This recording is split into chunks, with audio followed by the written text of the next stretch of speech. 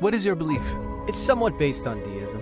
I practiced Sufism for 3 months and prayed 5 times a day. Sometimes I wouldn't leave the room to pray, to thank God, but nothing went well. Everything just got worse. The fate of people is written beforehand. Why would God write such a fate for a 3-year-old girl getting raped? And why does he write such a fate for the rapist? I blame the Creator because God should limit everyone's will if necessary, but there should not be evil of any kind.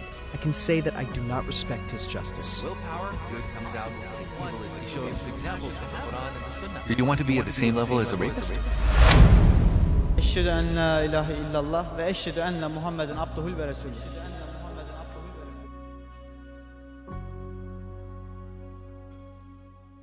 Is there a problem with publishing the video on YouTube? No problem. Our topic today is about beliefs. What is your belief? It's based on deism. I accept that there is a creator. It's a vast universe. It cannot come into being by itself. I agree with that. But I also say that I do not respect his justice. I don't know, and it may just be because of jealousy. Some people are the same age as me who drive BMWs and Porsches. Now, I look at it and I question why. Why can't I do it? He does not pray, does not fast, does not give zakat, etc. I don't know. I was doing all of this at the time. While saying these things, I was also performing them at the time, even with these tattoos, thanks to a brother. I practiced Sufism for 3 months. I prayed 5 times a day, but nothing got better. Everything got worse. I thought and said, Lord Almighty, I serve you in your presence. I thank you. There were times that I was not leaving the room to pray and thank God. But for some reason, nothing got better and everything got worse. The people who didn't pray and were not thankful have always thrived when I look back. I said, is this your justice? As you know, there are also rape incidents in our country of little children. I said, my Lord, you are so great. You are powerful and you are mighty. Why don't you help? Can we say that step by step this led you to deism? Yes, we can. Okay, bro, I found you very sincere, honestly. Thank you. So you're speaking sincerely and you seem to be a straightforward person. I ask, after solving these questions, if it sits well in your mind, would you consider reverting to Islam if we explain it and find a logical answer? Of course. After finding answers to my questions, why shouldn't I revert? Even if such events happen, like you said. Someone gets rich and at that point, even though I am a Muslim, I can become poorer than a non-believer. And secondly, there are many crimes in the world, and you mentioned that there are people who hurt others. Now, when we look at these two issues, do you think that their existence is evidence of the falsity of Islam and the Quran? For me, it is, because that brother of mine who I mentioned earlier told me, the more you hang on to religion, the more you thank the Almighty. Things will become easier. He said this. I went down this road believing in him. On this path, nothing got on track. Everything just got worse. After that, I started having these thoughts. I got it. Maybe we haven't fully understood the essential meaning. Do you know why? People were sent here as a training ground. Just like when we go to a library, we don't say it is so quiet and think of it as a bad thing, right? A library is supposed to be a quiet place. That is the purpose of a library. Or when we go to a gym, people get tired of exercising. When we see people shedding blood and sweat on the floor, we wouldn't say this is an evil place. On the contrary, we would say that the event is logical since this is the purpose of opening the place. People are increasing their power here by training and they're developing.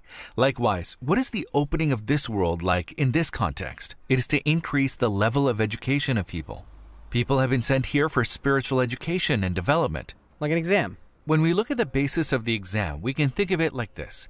Just as physical development is produced in the gym, the difficulties and the problems endured are the signs of development. So the troubles of this world are the proof of the spiritual development of people. In other words, it is the indicator. Then, when we look at it from this angle, like we said, the cinema being silent is a sign it is good. In this context, the problems experienced in the world, especially when more trouble is experienced by those who know Islam and are Muslim, is an indicator of spiritual development.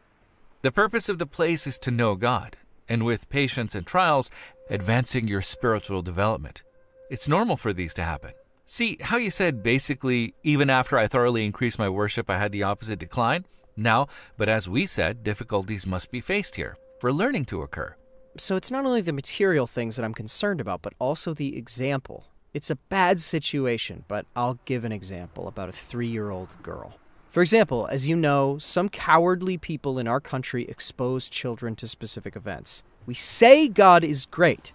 Why doesn't the great God see this and help those children? What sin can a little 3-year-old girl have for her to be tested and encounter such hardship? I would like to ask you a sincere question on this subject. In this case, do you think it is the person responsible and guilty, or is it the Creator, Allah?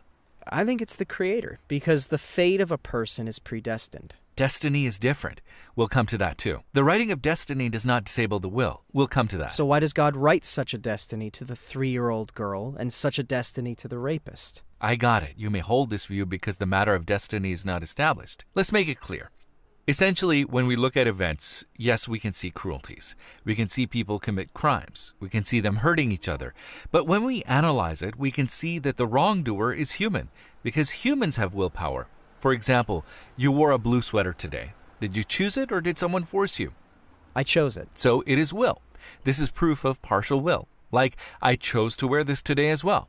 At this point, we all know the existence of a partial will. When we look at this event, people commit crimes of their own will. We already know that those people are responsible for their choices. Let's look at an example. We see that people commit crimes and we blame the Quran. Let's say a doctor deliberately stabs people to death when he enters the operating room. Do we blame medical books? No, we would blame the doctor. Why do we blame the doctor? It has nothing to do with the book. In reality, the man hasn't obeyed the book, right? Likewise, if a person harms another person and commits crimes such as rape, abuse, or murder, we can already see that this person does not obey the Quran, like that doctor example. Just as we did not blame the medical book, here too we should not blame the Quran and Islam. Man is responsible. I don't actually blame the Quran or Islam. I blame the Creator. As I said, you are so great and so powerful. We read from books that God helped and guided previous prophets and people in the past. He showed them the right way. Why doesn't He show people today? In fact, He also guides people. He gives us the solution. He shows us examples from the Quran and the Sunnah. We can see the resolution, but as I said, people using their will choose not to listen, like that doctor. Many doctors will do the right thing and apply the medical book, but some people won't because people have willpower. Let's talk about why God doesn't intervene here. If we handle this topic with wisdom, we will see the point. For example, if we say someone is stabbing someone or shooting with a gun to kill, when someone is going to harm another person and God always prevents them, will we then be able to distinguish between the guilty and the good? If the will is hindered and no one can do evil, will there be any difference between you and a rapist? Then there's no distinction between good and evil.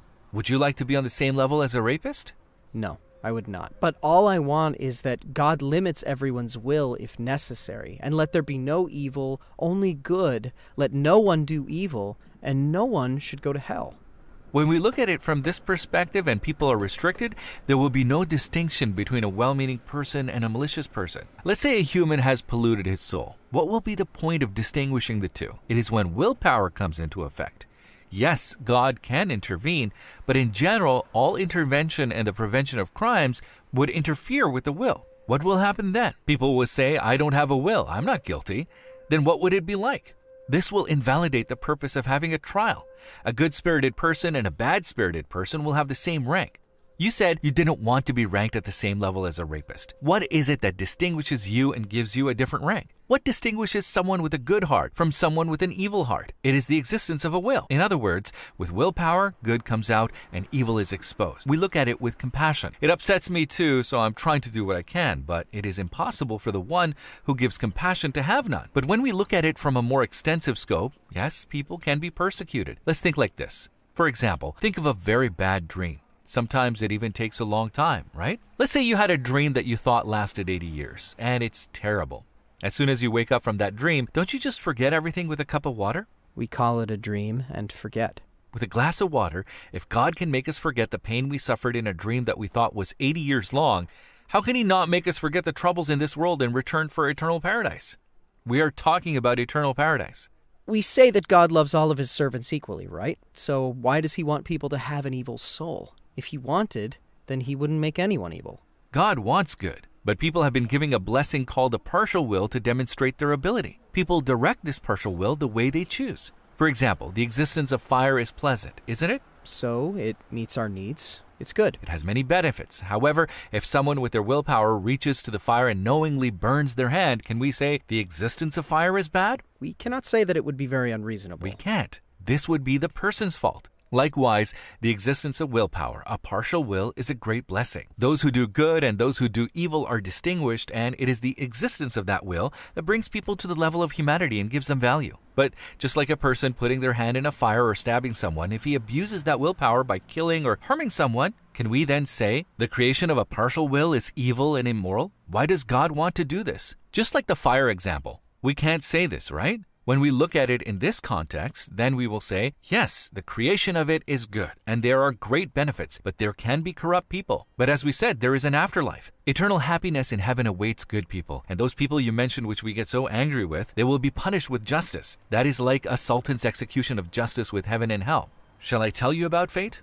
Let me put it this way. Destiny is God's knowing. We sometimes confuse knowing with intervention, just as the sun has different colors. For example, let's say one is yellow and one is red. These are two different features. Similarly, Allah has the name Al-Alim, the knowing name of Allah. We can consider the fate with His name. His other name is Al-Qadir. We can think of actions such as creating. God knows, but is He interfering with us? We confuse the two different concepts. It's like two different colors of the sun. God's name Al-Alim is different, and the name Al-Qadir is different. We will then say the fact that God knows something does not mean that He intervenes and forces us. These have different characteristics. Then we say, how is it our fault if it is already written in our destiny? That's actually not the case. God has written it because He knew that we would do this. Let's finish with a small example. Let's say two cars are coming from opposite sides. We do a mathematical calculation, we calculate it, and you say they will collide in 8 seconds. You wrote it down on a piece of paper and there was a collision. It was obvious. Because you wrote it on this paper, can people come to you and say, we collided because you wrote it on paper? You are the guilty one?